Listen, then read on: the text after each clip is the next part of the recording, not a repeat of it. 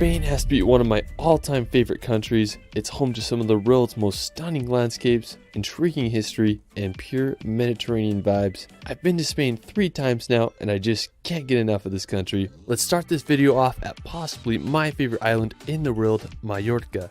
When you think of a Mediterranean paradise, this is it. Mallorca is home to crystal clear water, windy roads, and some of the world's best cliff jumping spots. When I started solo traveling, this was the first place I went to, so it will forever have a special place in my heart. One of my favorite places in Mallorca is Cala Varquez. Now, to get to Cala Varquez, you can walk down this long dirt road and make it down to the beach. Now, you're going to be blown away by the beauty of this place. I mean, it literally has everything from sandy beaches to prime cliff jumping spots. The combination of white limestone, green vegetation, and crystal blue water makes for one of the most beautiful places I've ever been. Now, when I was there, I did one of the biggest cliff jumps of my life, and I gained off this massive 60-foot arch. I mean, it was so freaking terrifying, but to this day, it's one of my all-time favorite travel memories. Another cool thing I did is me and my brother, we found these underwater caves, and we swam through them. I mean, I couldn't believe how clear this water was. It's my dream playground, and I can't recommend it enough. Now, on the other side of Mallorca, you can visit the famous road to Sa Calobra. Now, coming from the US, I'm used to wide roads and highways, so this blew my mind. Roads in Europe tend to be pretty skinny, but this was by far the most crazy road I've ever drove on. It was full of hairpin turns and loops that wind down the mountain. The surrounding area is absolutely gorgeous. I mean, just had massive mountains that lead down to the sea. I believe a lot of car commercials are filmed here, and I totally understand why. I found a really cool lookout point to get a view of the road. When I was driving down it, I was just pretty terrified. There were some spots that only had enough room for one car. Now, you can take the road down to the bottom and visit Torrent de Paris. It's this awesome beach between these two cliffs. I had just a good time chilling. I was just amazed by all the sailboats that were just vibing in the bay there. When I was there, I wish I would have stayed for sunset because I hear it's just incredible on that side of the island. Anyways, I can't recommend Mallorca enough. It's just an amazing place. Alright, so after Mallorca, we're going to go ahead to the Atlantic Ocean to visit the volcanic Canary Islands. Now, located off the coast of northwestern Africa, Canary Islands are home to some of the world's most unique landscapes. You might as well call them the Hawaiian Islands of Europe because that's what they remind me of. The biggest and most populated island on the archipelago is called Tenerife. Now, it looks like a prime location to film the next Jurassic Park film. I mean, it's just so crazy out there. One of the craziest places in Tenerife is the cliffs of Los Gigantes. They are these massive sheer cliff walls that rise 800 meters out of the ocean. I mean, I felt like I was going to see a flying dinosaur soaring over those cliffs. You can go venture to the windy roads of the Masca Gorge, or you can explore the incredible seaside views at Playa Benhijo. I seriously just can't get over how beautiful this place is. Now, you can also head over to the nearby island of Fuerteventura. Being the second largest of the Canary Islands, Fuerteventura also offers some jaw-dropping landscapes. The Playa de Cofete is an incredible isolated beach with a backdrop of desolate mountains. One of my favorite places is the Parque Natural de Corralejo. It's home to a pristine area that has sand dunes that go right up to the ocean. I mean, just how freaking cool is that? Fuerteventura is such a unique location. Aside from Tenerife and Fuerteventura, the Canary Islands are also home to islands such as Lanzarote and Gran Canaria. Canaries are a place that I haven't visited yet, but you best believe I'm going there as soon as I can. After, we're going to head to northern Spain. Now, northern Spain is such a stunning region. It's full of green scenery, huge mountains, and an incredible coastline. Now, one of the most impressive cities in northern Spain is Bilbao. Bilbao is a beautiful port city filled with stunning architecture and history. One of the crowning features of the city is the Guggenheim Museum. It's one of the most unique buildings I've ever seen. Now, just an hour's drive from Bilbao, you can visit the islet of Gaztelugatxe. Now, the first church was built on the island all the way back in the 10th century. If you visit, you'll have to walk up a narrow path of more than 200 stairs. Now, you may recognize this island from Game of Thrones as Dragonstone. I mean, it's just such an epic location. Hope y'all can check out. After, we're going to head over to the nearby mountains of Picos de Europa. Now, located in northern Spain lies these crazy mountains that remind me a lot of the Dolomites.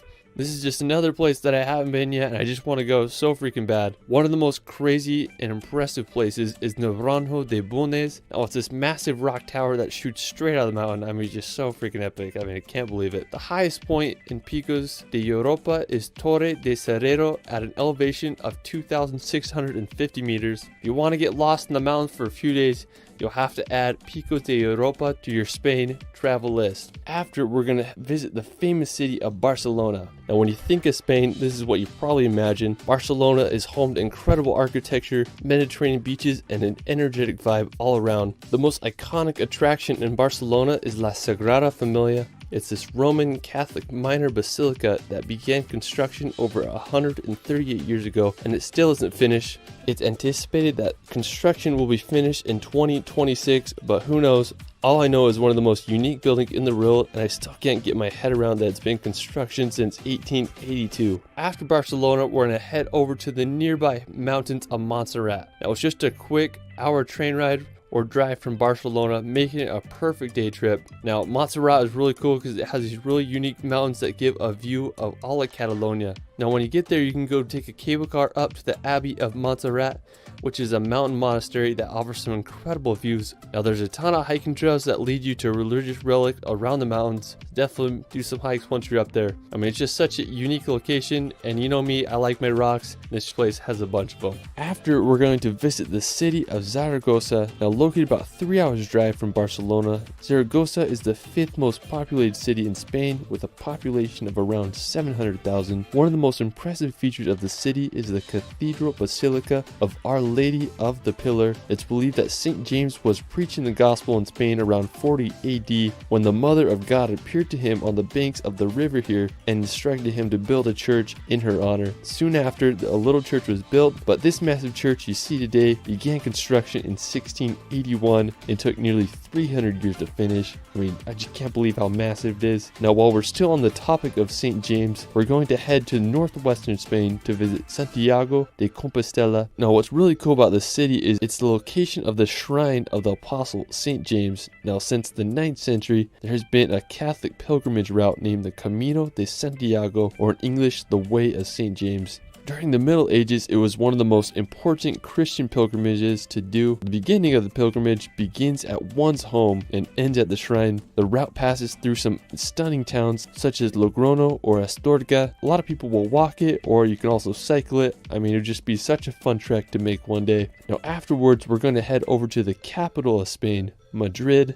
Now, located in the center of the country, Madrid is a beautiful modern city. The Plaza Mayor is a great place to visit and experience the heart of Madrid. The Royal Palace is another incredible spot. It's the official residence of the Spanish royal family, and it's the biggest palace in all of Europe. I just can't believe how big it is. After Madrid, we're going to head over to visit the nearby Alcázar de Segovia. Now, located in central Spain, about an hour's drive from Madrid, I have to say this is one of Spain's most dramatic castles. It has a very distinct shape that resembles the bow of a ship. The castle was built in the 12th century as a fortress, but served as a royal palace, prison, and military academy throughout the years. Today, it's a museum and one of Spain's most unique castles. After exploring the castle, we're going to visit nearby Toledo. Located about 70 kilometers south of Madrid, Toledo is a stunning ancient city perfectly placed on a hill.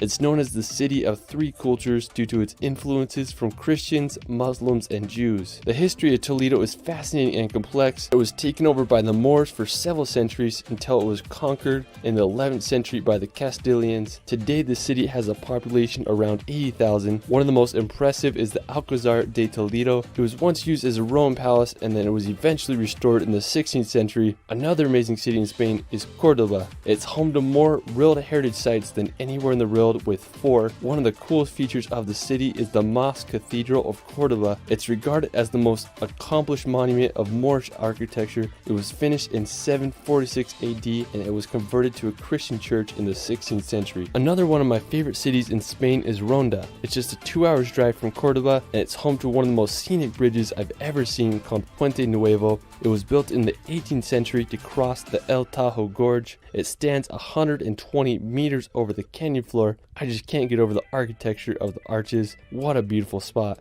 Now, from Ronda, we're going to make the 2 hours drive to Granada. Now, located at the base of the Sierra Nevada mountains, Granada is an elegant Spanish city. The crowning feature of Granada is the Alhambra. It's a fortified Moorish palace that was completed in 1354. The interior of this palace is stunning. There's a reflection pool and a pillared courtyard. I mean, I totally understand why it's one of the most renowned Islamic buildings in Europe. After Granada, we're going to head over to Seville. Now, as the capital of the Andalusia region in Spain, Spain, Seville is a very historic city where flamenco dancing was born. The Cathedral of Seville will blow your mind. It's one of the largest churches in the world, and it's the world's largest Gothic church. Another impressive site in the city includes the Plaza de España. It's a beautiful place that's the perfect combination of Baroque, Renaissance, and Moorish architecture. Afterwards, we're going to visit the nearby port city of Cadiz, located on Spain's southern coast, about an hour's drive from Seville. Cadiz is one of the oldest continuously inhabited cities in Europe, as it was founded by the Phoenicians over 3,000 years ago, and I just think it's such a beautiful city with its white buildings as they're placed perfectly on the narrow strip of land. Now after Cadiz, we're going to head over to the energetic city of Valencia. Now being Spain's third most populous city, Valencia is full of culture